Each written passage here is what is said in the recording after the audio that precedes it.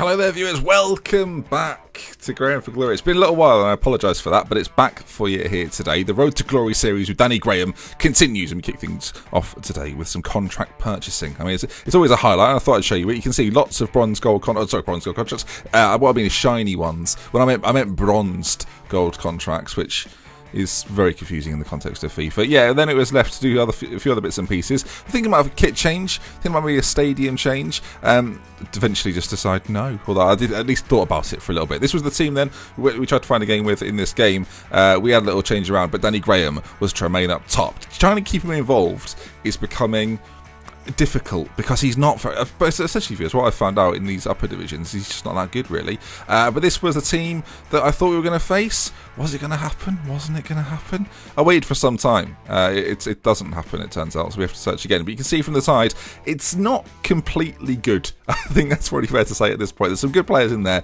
but we're certainly not at the height that we need to be at. And speaking of heights we need to be at, these are the kind of players that you kind of want, right?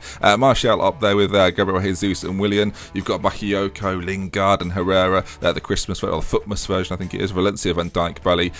Wasn't sure who the left back was. I think it was Danny Rose and Edison in goal. So a difficult side to play against, especially when you're leading the line with Danny Graham. Two pretty quick physical defenders up there, but it was the strikers that were proving most of the problems. That's a lovely little finish, isn't it, from Gabriel Jesus? I mean, it's not my finish, but I will credit the guy that did it.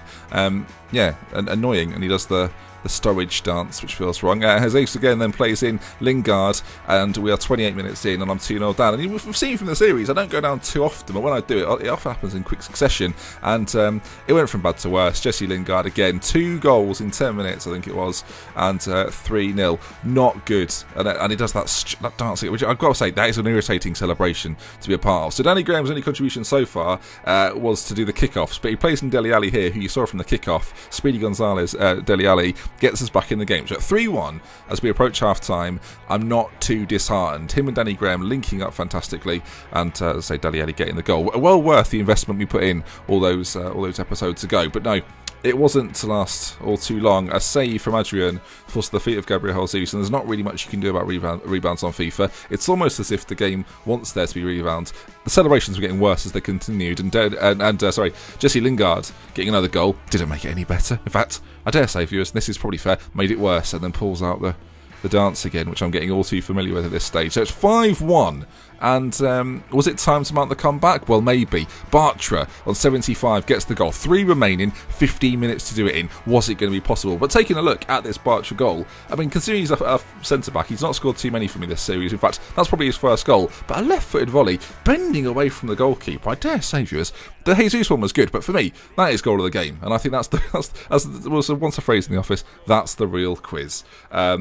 But no, it wasn't to be. 6th for Jesus as he knocks it past Adrian, who's not the most competent of goalkeepers, it turns out, which is disappointing. Edison's now become part of the Brazilian lineup, so we're not seeing too much of him.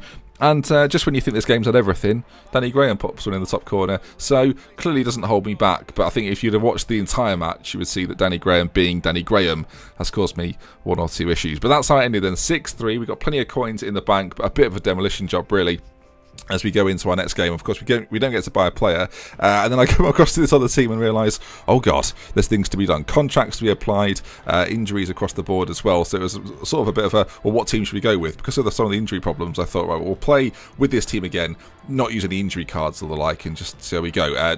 Notice there, Jamie Vardy comes in for Danny Graham. He's had his game for the episode, but I thought I'd switch it around. And could Jamie Vardy then be the difference? Of course, if you're going to whinge about a striker that's a bit slow and a bit clunky, you want someone like Vardy who's very different to that. And you look at this team as well, by the way. Giroud up top, he's got Insigne there as well, Dembele, pacey, strong as well in the centre. You've got Bakayoko, Matuidi and Tolisso. So they've got a solid team. Ter Stegen in goal, Koscielny and Titi, and I think Danny Graham again would have found this very difficult. Whereas Jamie Vardy, well, I guess we'll see. Dele Alli, first chance of the game, breaks his way through. I say first chance of the game, first highlight worthy of the game, and a lovely goal, lovely little shift of movement as well in that move too. And then the finish into the far corner was majestic. So on the half-time mark, it really was a dull game up to that point. We get a goal, and then Jamie Vardy as well on the half-time mark gets a second, and before half-time, this guy can't believe it, it's 2-0. It was 0-0. He thought it was going over his half-time oranges and everything's going to be fine, but no, 2 goals in the 45th minute.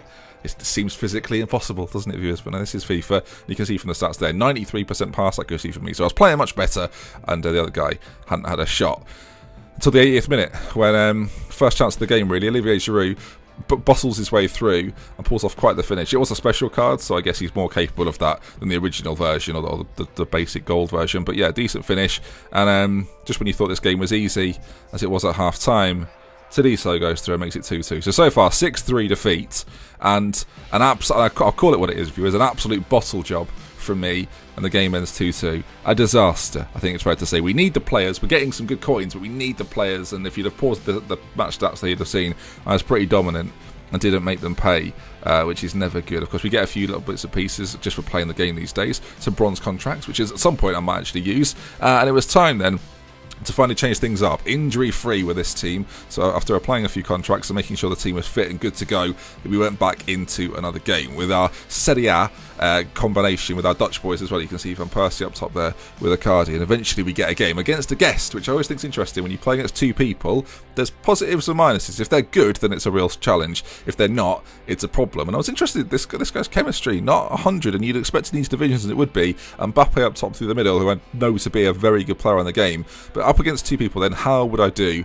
Well, first things first, Van Persie skips his way through and applies the finish. 37 minutes gone, and we take a lead. It was a very difficult first half an hour, actually. I was trying to find my way a little bit, and they were defending better than I had predicted when you see there's two guests. And at half time, then you can see 10 shots to me, 3 to them, but it was quite a closely contested game up to this point as we resume for the second half. Icardi makes his way down that left-hand side, tries to cut inside, the ball bobbles a little bit to Costa. Icardi gets it back, pulls it back for Van Persie. It's a little bit cheap maybe, but at this division you've got to take the goals that come your way, and Van Persie applying the finish spectacularly. I say spectacularly, you just knocked it into an empty net. But it was then their turn, their chance. Were they going to get a goal in the game? The ball's played in by Buffal, and Mbappe with a chance. Will it go in? It will. Sané with the finish, and 2-1. We've been here, viewers, of course. In the last game, we were 2-0 up, pretty comfortable, and then a goal goes in and there's panic stations. Was it to be the case once again? And is the bottle job in this episode all too real?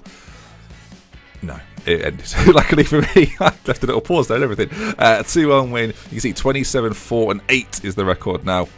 And our progress is not too bad. And of course, with the way things have been going, it was time to get ourselves a new Brazilian. So who are we going to go out and get? Now, I'm not entirely sure how to say his name. So for now, we'll call him the 81 Cam. If I figure out what his name is when I play him, then we'll see far more of him. You can see get a bargain price of 700 coins. So he's straight into the Brazilian side that we've been working on ever so slightly. And yeah, he's the one I've earmarked for the position. He's got a few inform cards as well, so he's obviously a very good player, viewers. And that is going to bring us to the end. Of course, next episode, lots to play for, hopefully a title or something along those lines, and I'll see you again soon. Goodbye.